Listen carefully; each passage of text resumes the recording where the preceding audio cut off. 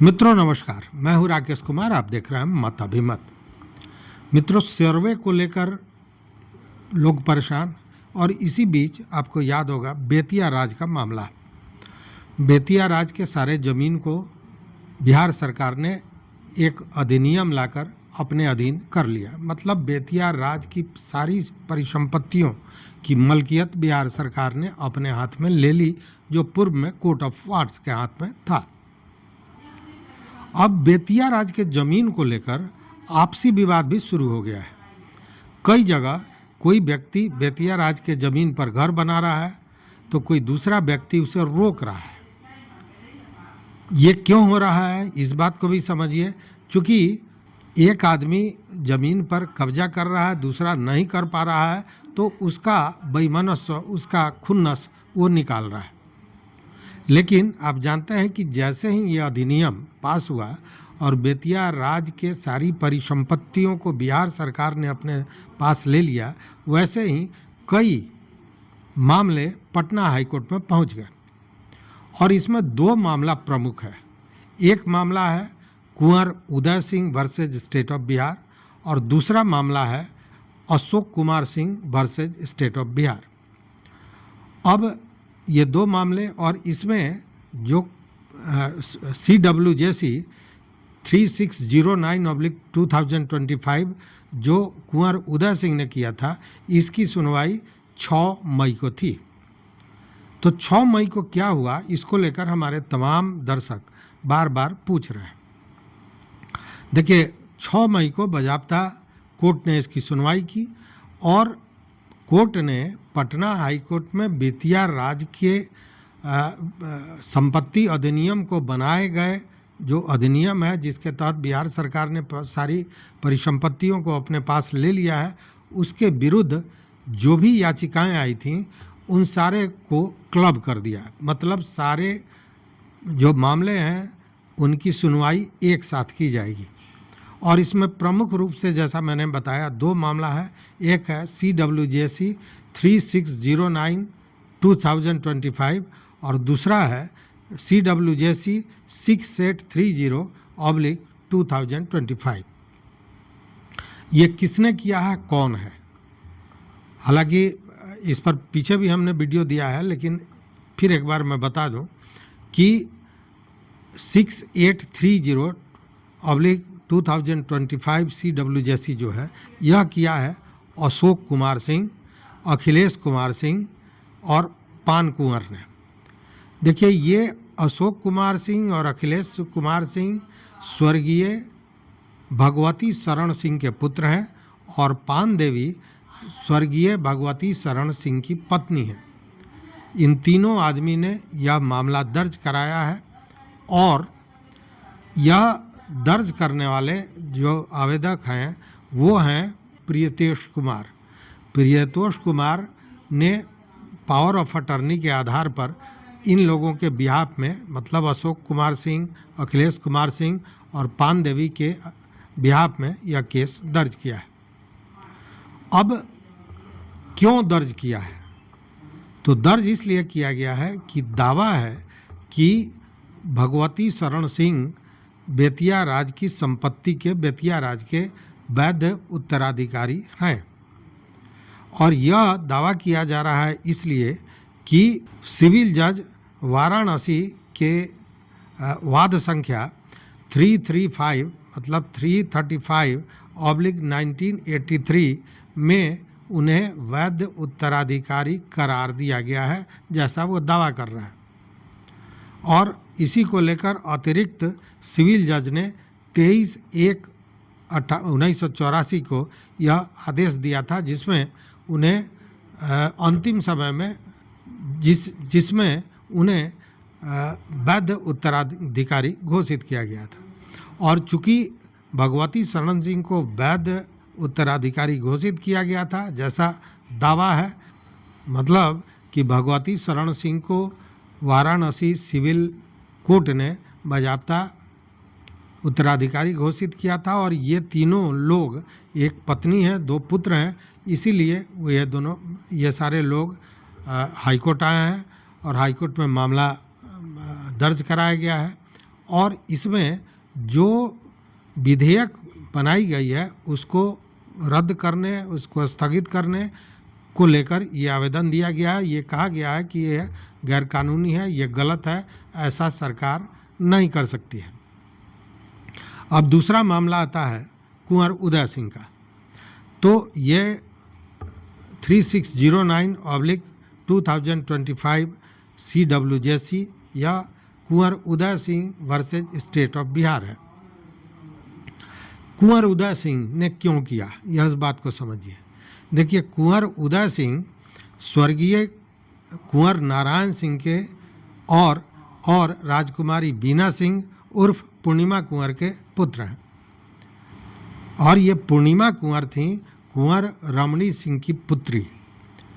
रमणी सिंह कौन थे? देखिए, ये पूरा समझना पड़ेगा। रमणी सिंह थे महाराज हरेंद्र किशोर, जो बेतिया राज के अंतिम शासक थे, उनके चचेरे भाई।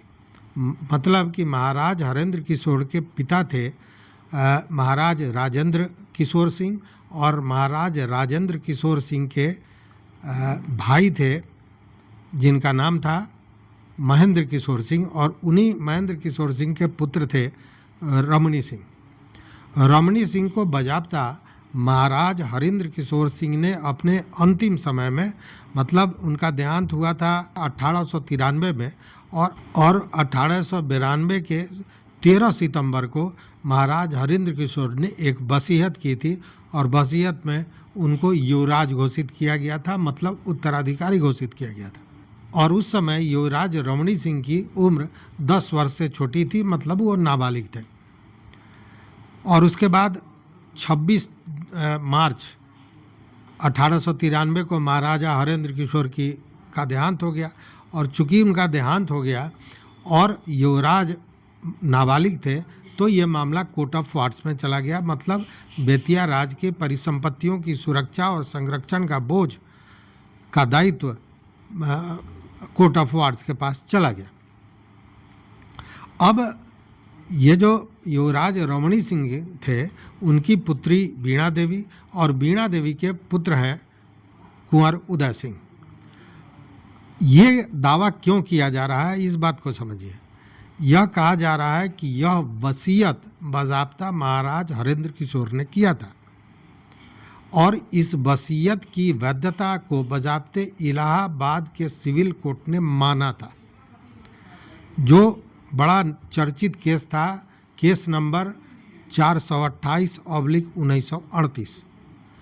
1938 में रमणी सिंह बालिग थे, और उन्होंने इलाहाबाद सिविल कोर्ट में एक केस किया कि अब बेतिया राज जो उनका राज्य था, जिसके वो उत्तराधिकारी थे, उनके परिसंपत्तियों को उनको हस्तगत कराया जाए। और इस केस का जब जजमेंट आया, तो इस केस के जजमेंट में बाज़ाब्ता कोर्ट ने उनको उत्तराधिकारी माना और उनके वसीयत को सही माना। चूँकि जब महाराज हरेंद्र किशोर ने वसीयत की, तो साथ में, चूँकि उस समय अंग्रेज़ों का शासन था, तो जो सचिव होते थे, सेक्रेटरी होते थे इंडिया के मामलों के, उनको वो दिया गया था कि इसका अनुमोदन ब्रिटिश क्राउन करे।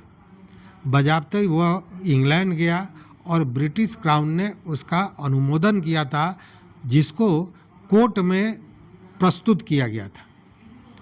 तो वैध वो वसीयत था, और उसी के आधार पर इनको वैध उत्तराधिकारी, अंतिम उत्तराधिकारी माना गया। और अब रमणी सिंह जी स्वर्गवासी हैं, उनकी पुत्री वीणा देवी उर्फ पूर्णिमा कुंवर हैं, और उन्हीं के पुत्र हैं उदय सिंह। पूर्णिमा कुंवर को भी कोर्ट ने कई मामलों में रमणी सिंह का उत्तराधिकारी, मतलब बेतिया का उत्तराधिकारी माना है। इसके भी मामले हैं, मैंने पिछले बार बहुत विस्तृत रिपोर्ट इस पर दिया था। तो कहने का मतलब है कि दोनों ही लोगों का दावा है, दोनों ही कोर्ट का हवाला दे रहे हैं, लेकिन जो कागजात हैं, जो चीज़ें हैं, उसमें दो तरह की चीज़ें हैं। एक, भगवती शरण सिंह के तरफ से जो उत्तराधिकारी का मामला आ रहा है, वह इसलिए आ रहा है कि वो महारानी जानकी कुंवर की संबंधी है, और इनका कहना है, मतलब कुंवर उदय सिंह का जो दावा है वो ये है कि उनको बजाबते महाराज हरेंद्र किशोर ने वसीयत की थी और उस वसीयत की वैधता को इलाहाबाद सिविल कोर्ट ने पुष्ट किया था। मामला यही है और इसी दावे पर लोग आ रहे हैं। हालांकि इस मामले को लेकर बहुत से केस हैं कोर्ट में, इलाहाबाद कोर्ट में भी है, बनारस कोर्ट में भी है। कुछ लोग सुप्रीम कोर्ट भी गए थे जहाँ पे इस मामले को खारिज कर दिया गया था। तो अब देखने वाली बात है कि 7 जुलाई को कोर्ट ने अगला तिथि दिया है। 5 मई को हुआ था, उसके बाद 7 जुलाई, इसलिए कि बीच में 1 महीने के लिए गर्मी की छुट्टी भी कोर्ट को हो जाती है। वैसी स्थिति में अब देखना है कि अब इन दोनों मामलों को क्लब कर दिया गया है, एक साथ कर दिया गया है, एक साथ सुनवाई होनी है। तो 7 जुलाई को कोर्ट क्या सुनवाई करता है, क्या फैसला देता है, इस पर हमारी नज़र रहेगी, आपकी भी नज़र होनी चाहिए। क्योंकि बेतिया राज की परिसंपत्तियों से केवल बेतिया राज को ही असर नहीं होने वाला है, उनके उत्तराधिकारियों को पर ही असर नहीं होने वाला है या बिहार सरकार पर ही नहीं होने वाला है। इनमें जुड़े लाखों लोग इससे प्रभावित होने वाले हैं। हजारों लोग, 10,000 से ज़्यादा ऐसे लोग हैं जो बेतिया राज के ज़मीन पर अतिक्रमण करके घर बना चुके हैं। तो ऐसे लोगों की भी नज़र है कि क्या होगा नहीं होगा, फैसला कोर्ट के हाथ में है। तो इंतज़ार करिए क्या होता है। इस बीच में अगर आपका कोई प्रश्न हो, कोई जानकारी चाहते हो, तो निश्चित रूप से हमारे कमेंट बॉक्स में आप बताएंगे, पूछ सकते हैं। डिस्क्रिप्शन में मेरा व्हाट्सएप नंबर भी है, उस पर भी हम सवालों का जवाब देंगे। तो इस वीडियो में बस इतना ही। देखते रहिए मत अभिमत। मित्रों, चैनल पर नए हो सब्सक्राइब कीजिए, लाइक कीजिए, दोस्तों के साथ शेयर कीजिए और अपना विचार जरूर दीजिए। बहुत बहुत धन्यवाद, कोटिशः आभार।